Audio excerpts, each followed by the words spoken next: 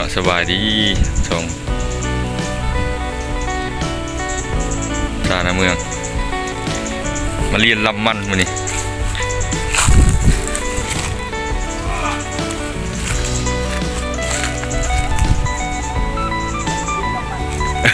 มาตั้งเอาทอดมันดิเก็บพันมันเก็บปลูกในฤดูกาลวิธีเฮ็ดแบบนี้โดยวิศการมื้อนั้นมาเฮ็ดเป็นฮักมื้อนั้นเลยกลายเป็นเอาขึ้นน้ำเจ้าไรโอ้ปูมลงไปพักพุ่นเฮ็ดไรตั้งได้ดีตั้งเฮ็ดไอ้คือเฮ็ดให้เบิ่งหน่อยซะจึกๆมื้อนั้น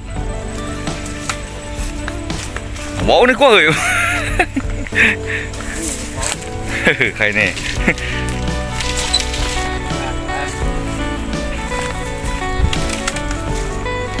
โอ้ฮอตบ่100แบกนี่บ่เด้นโอ้แล้วพันแบกนี่แหละนะสูงไว้ก่อน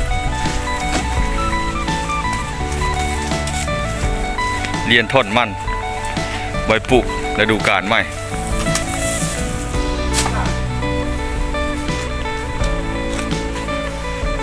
เรียนลำมันนี่มันมักนะ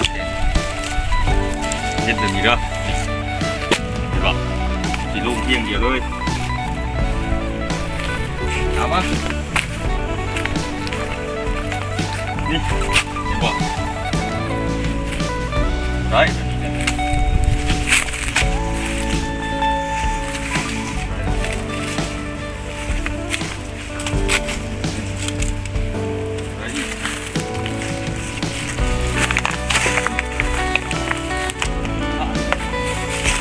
ไก่พุทธิเฮ้ยจะไป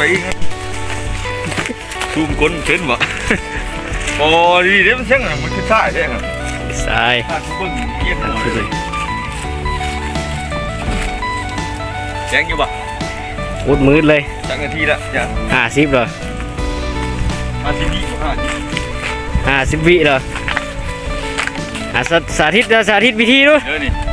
เห็นแบบนี้ด้วยฮะปุ๊บ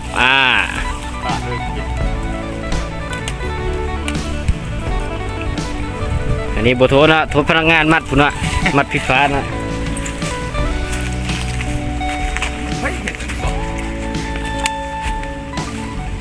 2 นาทีแล้ว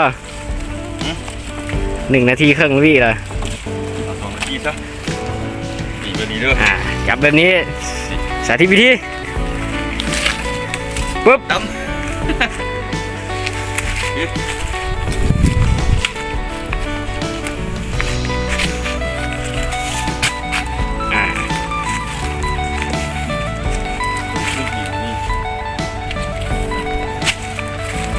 ให้มันทึกดินเนาะมันจึงบ่ตาย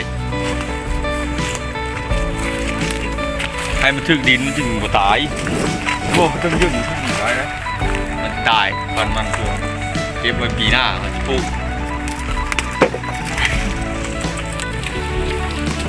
สิเบิดเลยนะปีนี้ก็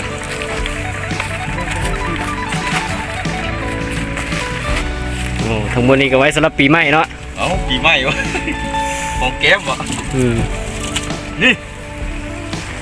ดูกันมันตรงแบบนี้นี่มันแรปเตอร์มันแบบนี้เนาะ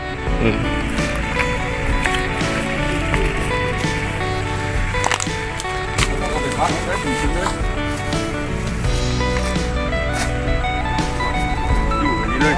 กักตรงนี้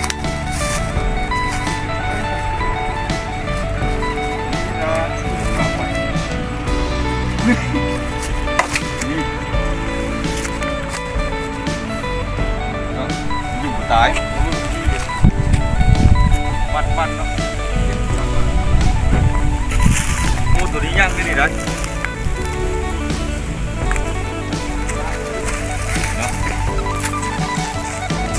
เก็บทอดมันไว้ปลูกปีหน้า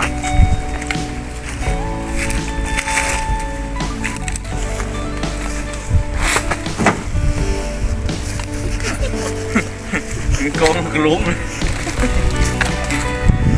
นะน้ำมัน มาเศษเหรียญอยู่พร้อมจ้า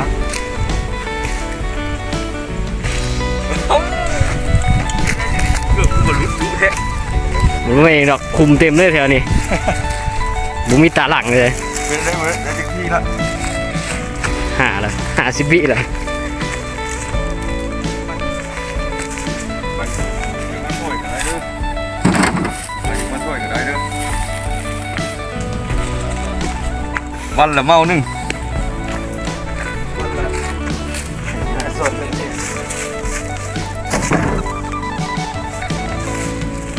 นะวันละเศษวันละ200 บาทแม่นว่า200 บาทเนาะ แม่น เศษหนึ่ง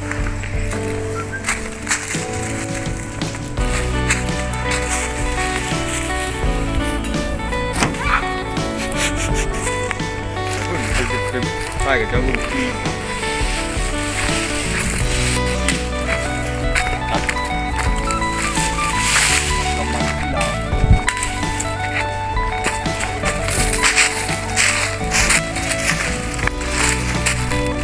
ทิ้งเราเสื้อผ้าไว้ในรถฮะ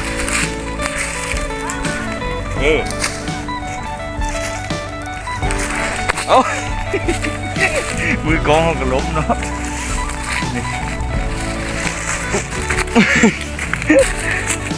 เอาไปเลยโอ้ไรโอ้ไรนี่ใช่เพื่อนวันละ200 บาทครับใครจะมาก็ได้ครับ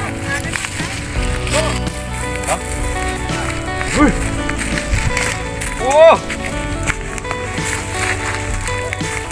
เดี๋ยวพลาดยี่ไทยคืออย่างไร มิว ว่ายี่ไทยกับเจ้าอื่นอย่างบ้าสีเหลืองเยลโล่ มีดิใช่ อีโต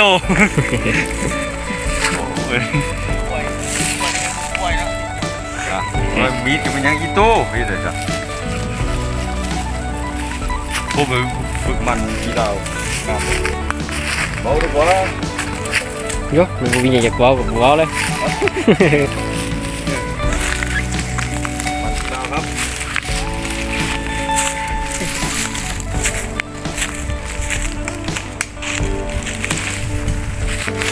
โอ้เป็นไงพวกนี้ฮะ บอกแล้วว่าพางละ10อันมันลำมันพอ โอ้มันง่ายหัน ไม่ใช่ดอกมันนัด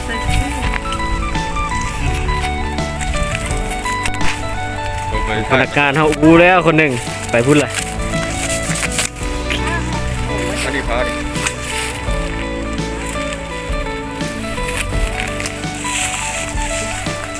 ตัดเสื้อผ้าเนาะมันอื่นอยู่ไทยอื่นมันเดียวอะมันสำปะหลังเนาะมันสำปะหลังฮะมันยังถอนอยู่มันยังเด็ดอยู่จะพุ่งเลยเด่น อุ้ยว่าเด็กนะขันยก พุ่งมาพี่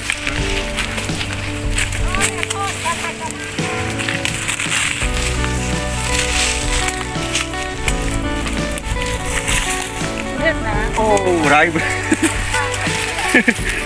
โอ้ยมันต้องขึ้นนะหมอใช่เดี๋ยวอย่าไป